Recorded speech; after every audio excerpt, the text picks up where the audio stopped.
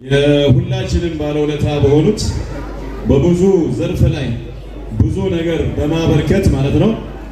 ሁሉም ሰው እንግዲህ ከመጽሐፍ ጋር ውሎ ያለው ሰው ላያቃቸው የማይችል ማለት ነው። ሰው ከመጽሐፍ ጋር ግንኙነት ካለው ትንሽ ወራትም ይሁን ሳምንታት አሳልፎ ከሆነ ላያቃቸው የማይችል በትርጉም ስራ የራሳቸውን ስራ በማበርከት ሌላም ነገር በማድረግ ለሁላችን ለኢትዮጵያ ሙስሊም ውለታ የዋሉ ክቡር አምባሳደር ኡስታዝ ሐሰን ታጁ ወደ መድረክ መጥተው ንግግር ያደርጉልናል። ተፈضل مشكورا ومأجورا يا أستاذ. الله أكبر الله أكبر.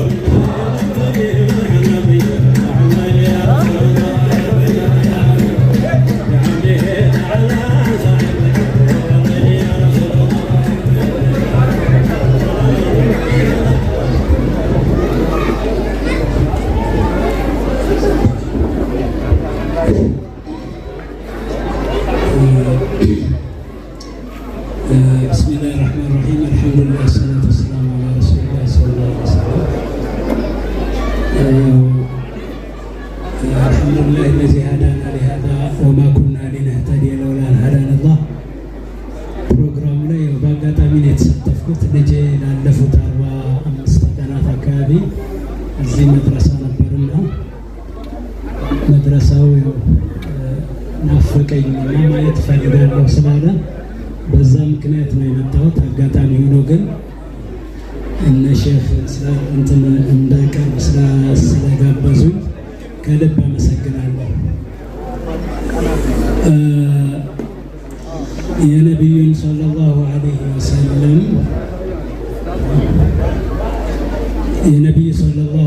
ወሰለም ልደት በአሁኑ ሰዓት 1500ኛ ነው። ይህ ሁኔታ የተለየ መልእክት እንዳለው ያው በዚህ አጋጣሚ ለማሳወቅ እወዳለሁ። 1500 ልዩ ትርጉም አለው። ነቢዩ ሰለላሁ ዐለይሂ ወሰለም በአንድ ሐዲሳቸው አላ ረእሲ ኩሊ 100 ሰና ሙጀዲድ ይመጣል ለዚህ ዲን ብለዋል።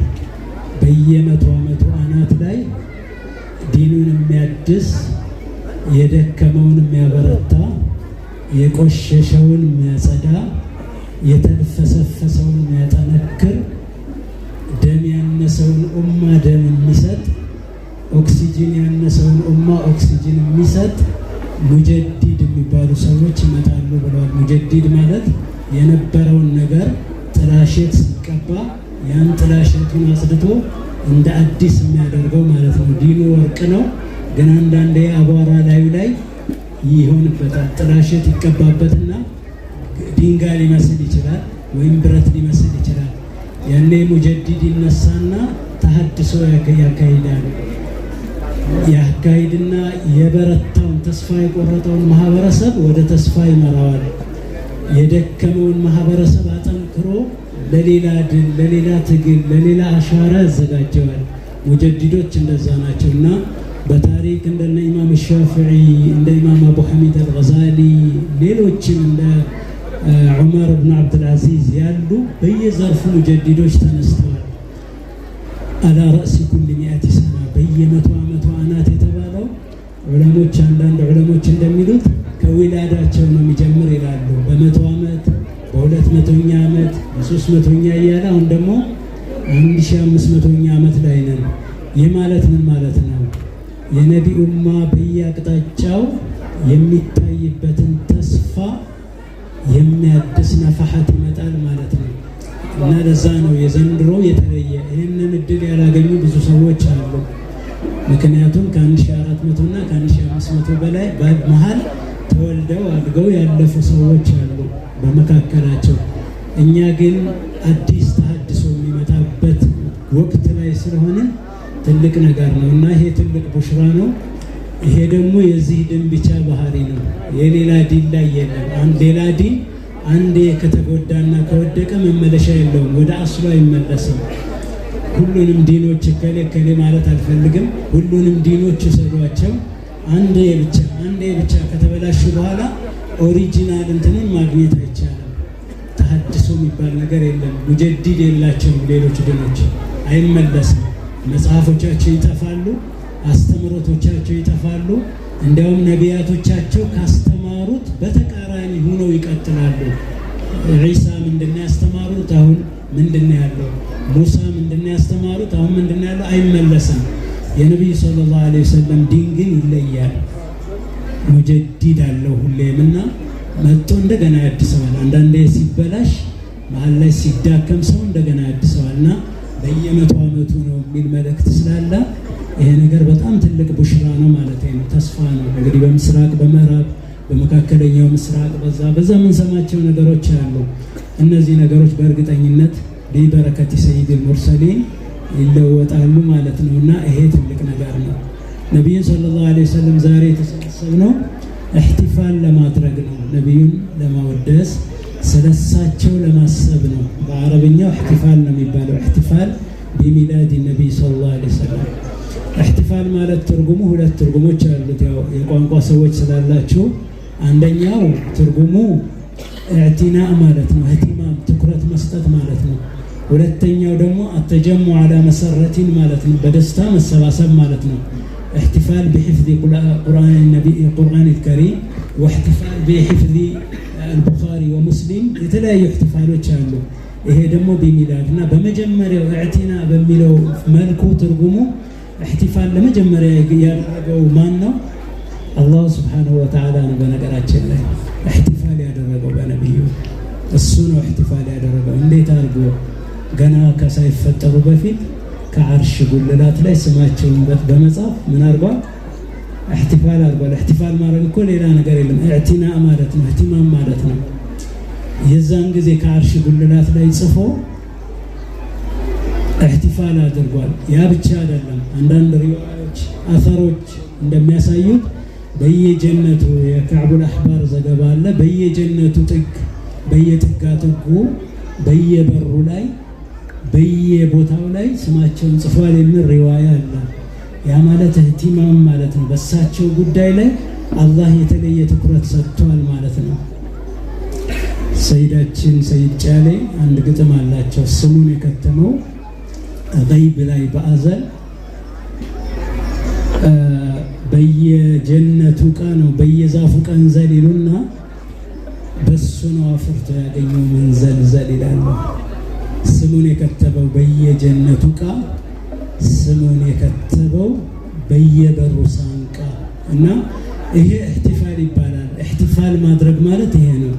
ከዛ ሰይድ አደም ተነሱ፣ ተፈጠሩ፣ ጀነት ገቡ፣ አርሽን አዩና የተለየ ስም አዩ። ላኢላሃ ኢላላህ ሙሐመድ ረሱሉላህ ይላል። ገና አልመጡም እነዚህ ሰውና ምንድነው ይሄ ስምና የተለየ ክብር ለአላህ በዚህ ስም احتفال እንደሚያደርግ ገባቸው እና ችግር በገጠማቸው ጊዜ ያው አትብላ የተባሉት ቅጠል ምናምን ትምህርቱ አለ ሱረቱል በቀራ ላይ ሙፈሲሮቹ የሚሉት አለ ያስተምረው አለ እዛ ላይ እና ችግር በገጠማቸው ጊዜ በመከራ ጊዜ ትዝ የሚል ወዳጅ አለ እና ትዝ ያሏቸው እዛ አርሽ ላይ ያዩት ስም ነበር።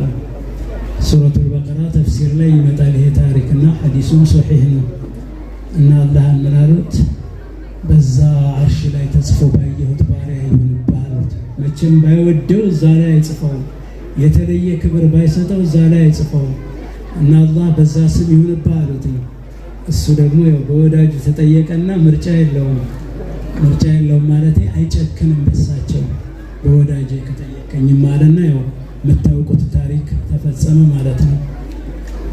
ነብዩ ሰለላሁ ዐለይሂ ወሰለም አላህ በተለየ ሁኔታ ቋንቋው ትክክል ካልሆነ አላቅም ሐያ ያደርጋቸዋል ማለት ይቻላል። አንዳንድ ሰው ልጆቹን አሁን አንድ ሰው እዚህ ቢረብሽ ትልቅ ሰው መሀላችን ካለ ቤታችን እንግዳ ካለ ያ ትልቅ ሰው ያለ ልጃችንን አንቆነጥጠው ማለት ነው። ቢረብሽ ቢያጠፋ አንቆነጥጠው። ለምን ሐያ እናረጋለን? እነሱን እሳቸው እያሉማ በፍጹም አልነካውም እንላለን። እሳቸው ከወጡ በኋላ ግን በኋላ እንተያያለን። አላህ Subhanahu Wa Ta'ala እንደዛ ይላል። ወማ ካነ አላሁ ሊዩዐዚበሁም ወአንተ ፊህም ይላል። አንተ እያለህማ በፍጹም አልቀጣቸውም ይላል። ይሄ ለትልቅ ሰው የምናያሳየውን ሐያ አይነት ነውና احتفال በእያንዳንዱ ነገር ማለት ነው።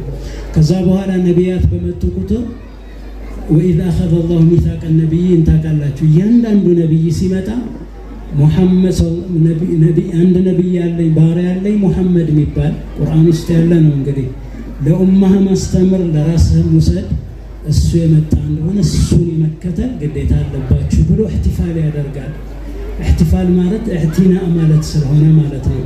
ለእያንዳንዱ ነቢይ ለማያውቁት ገና ከሚሊየን ወይ ከሺዎች ዓመታት በኋላ ለሚቆጠሩት ነቢይ ኢብራሂም ተነግረዋል፣ ሉጥ ተነግረዋል፣ ኑህ ተነግረዋል። ባሪያ ይመጣልና አደራ ለህዝብህም ለአንተም ብሎ ከዚህ በላይ እህቲፋል የለም፣ ከዚህ በላይ እህቲማም የለም፣ ከዚህ በላይ እዕቲና የለም።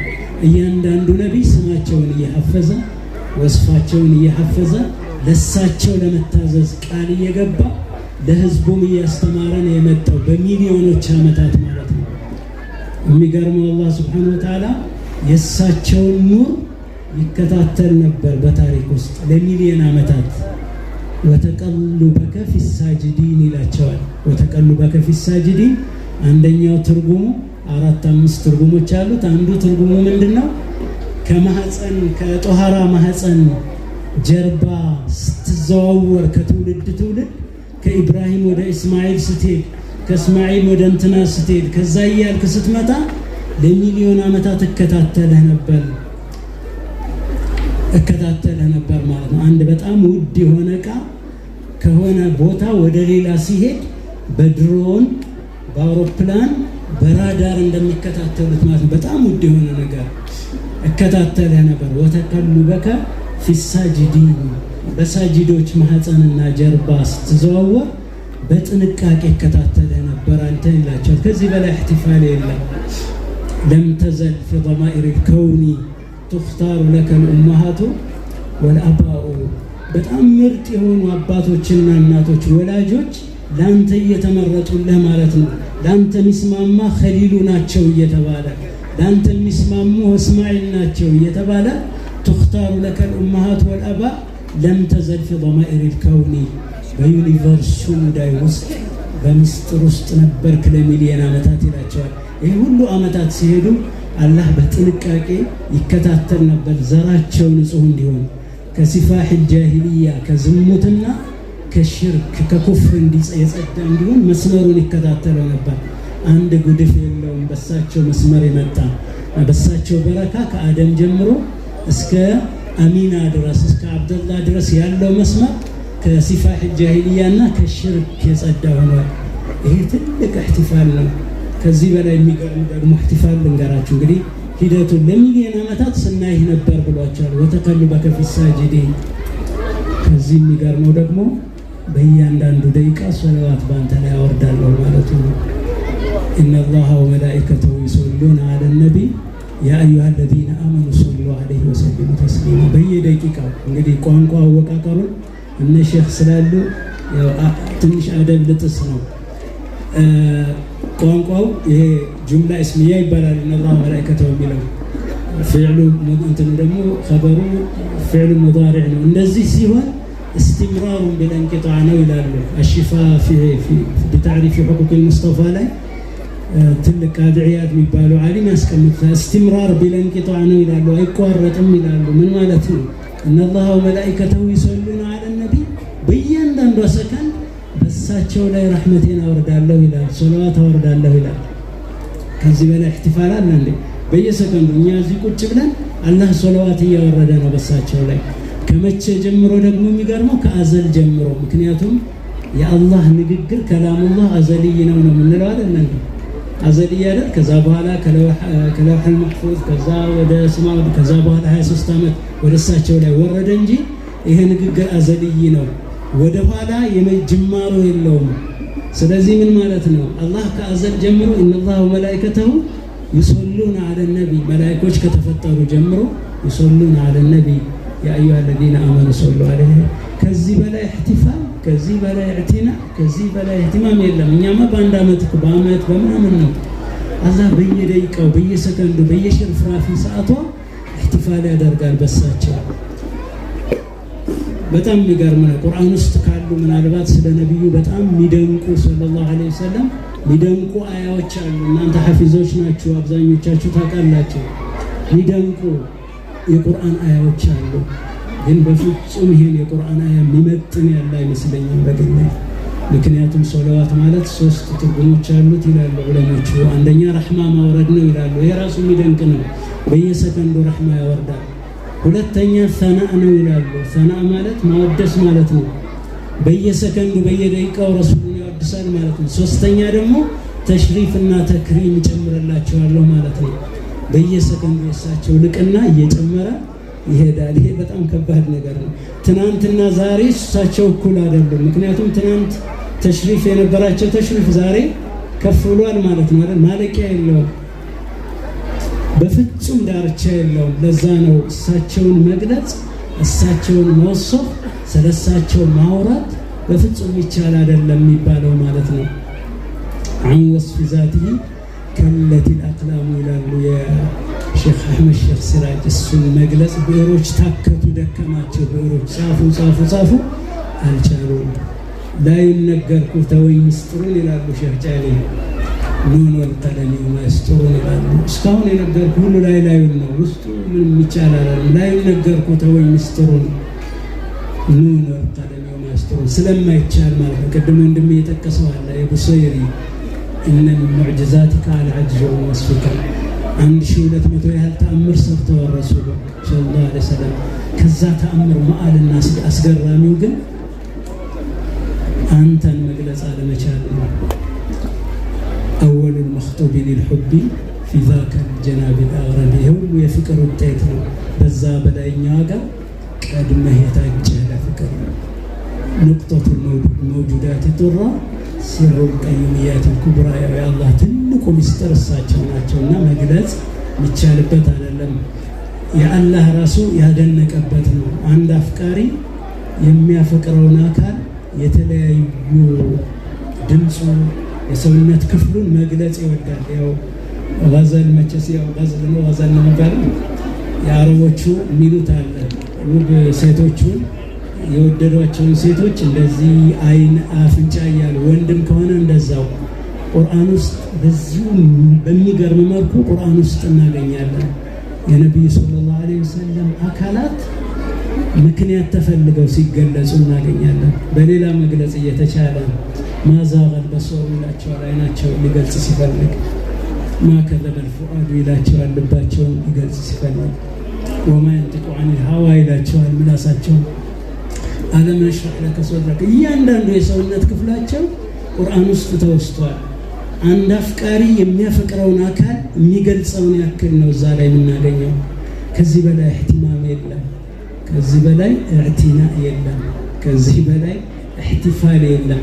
አላህ ሱብሓነሁ ወተዓላ ነው በነቢዩ ሰለላሁ ዐለይሂ ወሰለም እህቲፋል ያደረገው። ሊወለዱ ሲሉ የሚገርም ነገር እህቲፋል አድርጓል አላህ። ወራት ሲቀራቸው አንድ የመናዊ አበሻዊ ነው ካዕባን ሊያፈርስ ይሄዳል። ካዕባን ሊያፈርስ ሲሄድ አላህ እህቲፋል ያደርጋል። በዛ አጋጣሚ ምን ይላል? ትልቅ ሰው ሊወለድ ነው፣ ዓለም አይታው ማታቅ ጀንክቸር ነው፣ ትልቅ ነገር ነው ያ ነገር ክስተቱ። ዓለም አይታ አታውቅም እንደዛ ክስተት እና ትልቅ ነገር ነው። ዝግጅት እየተደረገ ነው፣ በመለኡል አዕላ በሰማዩም በምንም ዝግጅት እየተደረገ ነው። በዛ ቦታ ላይ በማይሆን ቦታና ጊዜ አብርሃት ተገኘ።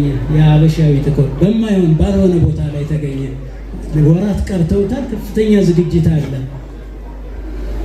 እዛ በኋላ ካዕባን አፈርሳለሁ ብሎ ሲሄድ ያው ጠይረን አባቢል ታውቁታላችሁ ታሪኩንና እህቲፋል ያደርጋል። እሳቸውን የመቀበያ ዝግጅት ያደርጋል፣ አካባቢው እየታደሰ ስለሆነ። ከዛ በኋላ እርግዝናው ይመጣል። እርግዝናው ሲመጣ እሜቴ አሚና የሚናገሩት አለ። እርጉዝ ሴት የሚሰማቸው ጭንቀቱ፣ ድካሙ፣ ምኑ ቁርጠቱ ምን አሉ የዛ ነገር አልተሰማኝም ይላሉ። የነቢዩ ሰለላሁ ዐለይሂ ወሰለም እርግዝና ልክ እንደ በረሃ ሌሊት ምቹ ነበረ፣ የተመቻቸ በፍጹም ቁርጠት የለው ምን የለው አስቸጋሪ የለው። ረሕመተን ሊልዓለሚን ስለሆኑ ማለት ነው። ለእናታቸው የበለጠ ረሕመት ናቸው። ከዛ በኋላ ሲወለዱ አይታቸዋል። አንድም ቆሻሻ አልወጣም። ሪዋያዎቹ የሚያስረዱት ልጅ ሲወለድ የእንግዴ ልጅ ደም ምናምን አብሮ የሚወጣ ነገር አለ። አሸፈል ኸልቅ በዛ አይደለም የወጡት፣ ንጹህ ሆነው ነው መኽቱም ሆነው ነው የወጡት። እና እህቲፋል ማለት ይሄው ነው። ከዛ በኋላ የሚገርመው ነገር አላህ ከተወለዱበት ቅጽበት ጀምሮ ያለውን ህይወታቸውን ደግሞ ያከብረዋል። ለዐምሩከ ይላቸዋል። ለዐምሩከ ማለት በእድሜህ እምላለሁ ማለት ነው። አላህ የማለበት ነገር በጣም የተከበረ ነው ይላሉ አይደል ዑለሞቹ። እድሜያቸው መቼ ነው የሚጀምረው? ውላዳቸው ላይ አይደለም ኢህቲፋል በውላዳቸው ኢህቲፋል አድርጓል ለአምሩካ ብሎ ከዛ በኋላ እያንዳንዱ ሰከንድ የልጅነት ደቂቃዎች እያንዳንዱ እንቅልፍ መኝታ እያንዳንዱ ነገር ለአምሩካ ሙሉ እድሜ በሙሉ እድሜ እምላለሁ ሙሉ እድሜ እያንዳንዱ ሽርፍራሽ ሰከንድ በጣም የተላቀች ናት ማለት ነው። እያንዳንዱ የተኙት የተላቀ ነው። እሳቸው ያስተማሩት ብቻ አይደለም ሁሉም እድሜያቸው የበሉበት የጠጡበት ያወሩበት እድሜ እያንዳንዱ ሽርፍራፍ የልጅነት ጨዋታቸው በበኒ ሰዓድ መስክ ላይ በሐሊመቱ ሰዓዲያ እንትን የተጫወቱት ጨዋታ በጣም ውድ ነው። ለዛ ነው ለአምሩከ በዚህ መልኩ የተማለለት ሌላ ነብይ የለምና ሁኔታዎችን ስናያቸው ሐፍላ ማድረግ በአላህ የተጀመረ ነው። ከዛ በኋላ የነብዩ እንግዲህ ስለሳቸው ተጀምሮ የሚያልቅ ነገር አይደለም።